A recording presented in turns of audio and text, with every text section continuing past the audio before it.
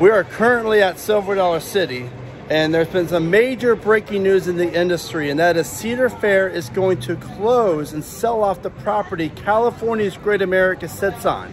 Yes, that means Railblazer, Gold Striker, even the world famous, wonderful Grizzly is going to be no more at California's Great America. And to the people of Northern California, your home park is now only going to be Discovery Kingdom once Cedar Fair finishes once Cedar Fair fully closes the park for good. To give you guys a better in-depth breakdown, I'm going to hand off to my buddy Matt, who really is a lot smarter and just more intelligent when reading these things than I am. He's got to be all over the place because I'm all excited and sad and oh my gosh. He's going to kind of break down what this means for the park, and then I'm going to give you my thoughts in closing. So take it over, Matt. Seriously, you guys, you're going to love this. He's going to tell you a lot of information about why Cedar Fair did this and just all the details you need to know. Okay, so 58 minutes ago, the public company of Cedar Fair put out a press release that stated that they have already closed on the sale of the property that it stands on for $310 million, which is a good multiple from what they paid for it, because they really did not want that park as part of their buyout when they originally acquired it. So they got it for pennies on the dollar. They can sell it for a lot more.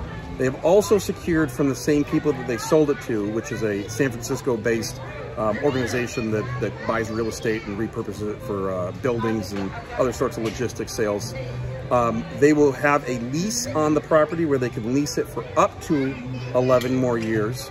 And they will be continuing to run the park as the statement they're making now. Though, of course, this kind of leaked not a little while ago that they were potentially about to sell the property, and they denied it very clearly. So they probably did a technical thing with a lawyer where they could say, oh, no, that's not exactly true. And it turned out to actually be 100% true. So this up to 11 year lease is probably the same exact sort of thing where, you know, if they're trying to maximize dollars, that is the fiduciary responsibility of the CEO of a public company, which is to make money for their investors. They are probably trying to figure out the quickest way they can get out of this lease. A lease means, by the way, that so they continue to be able to sit on the land even though they sold it, so somebody else owns it, but they are able to like rent it, like, you know, like you would rent an apartment.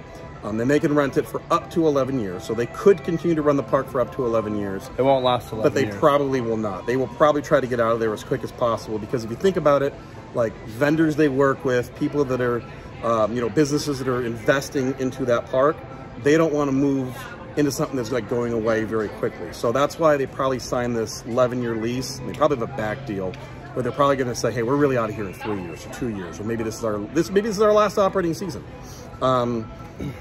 I mean, I had an office in California, had business in California myself, and we moved out because it's very expensive to operate in California from a whole bunch of logistics reasons. Labor's very expensive, land's super expensive. Yeah. But I mean, think about it too, like all that staff that's up there, they're approaching $20 an hour, even plus that for minimum pay for people in San Francisco, in California. But you know, think about the other things too. All the people that work there, they got to live somewhere. It is so expensive to live in the Bay Area. It's a very good financial decision what they're doing, which is getting out of a place that costs them a lot of money and making a lot of money on it now, while the market prices are really, really high. But it stinks from a, you know, enthusiast standpoint, right? So get out to California's Great America soon, right? Yeah.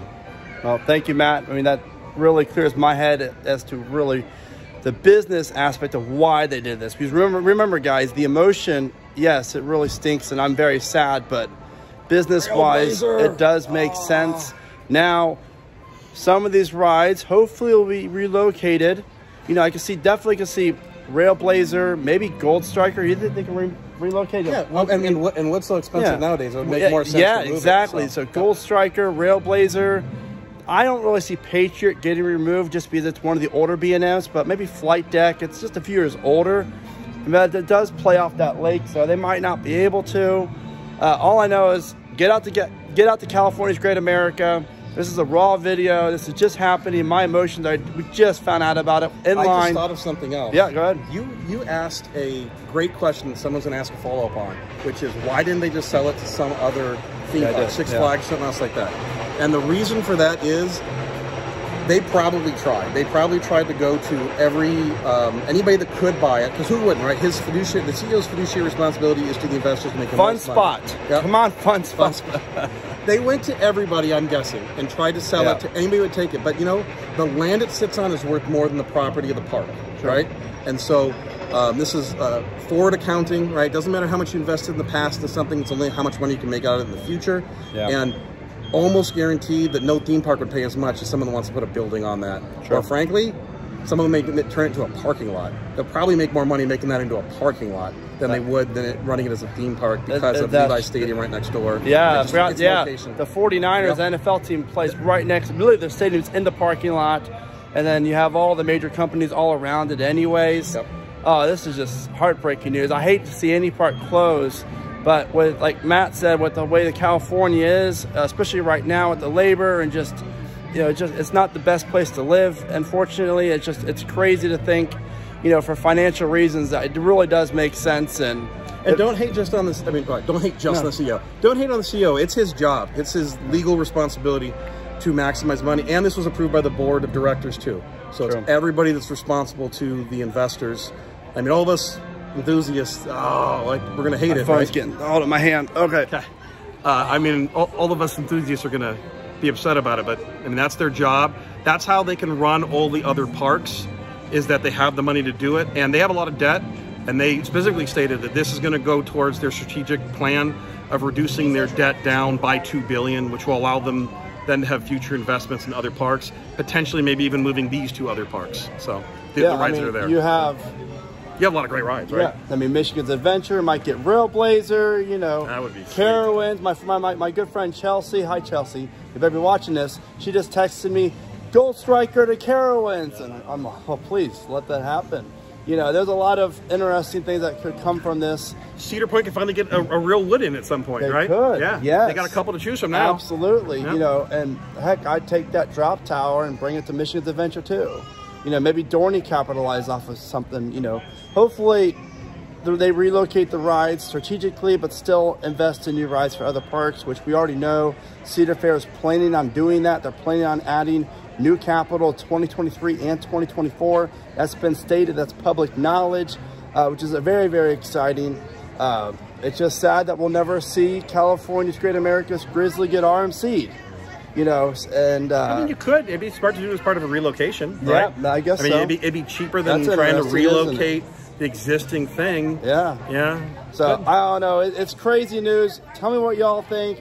What do you think about this? Where do you think some of the rides could go? And I would love to know if that's your park, is that your home park, or you've been there before. What's your favorite memory of California's Great America? Again, thank y'all for watching. Thank you, Matt, for breaking this down for us all, including myself. And keep riding coasters, guys.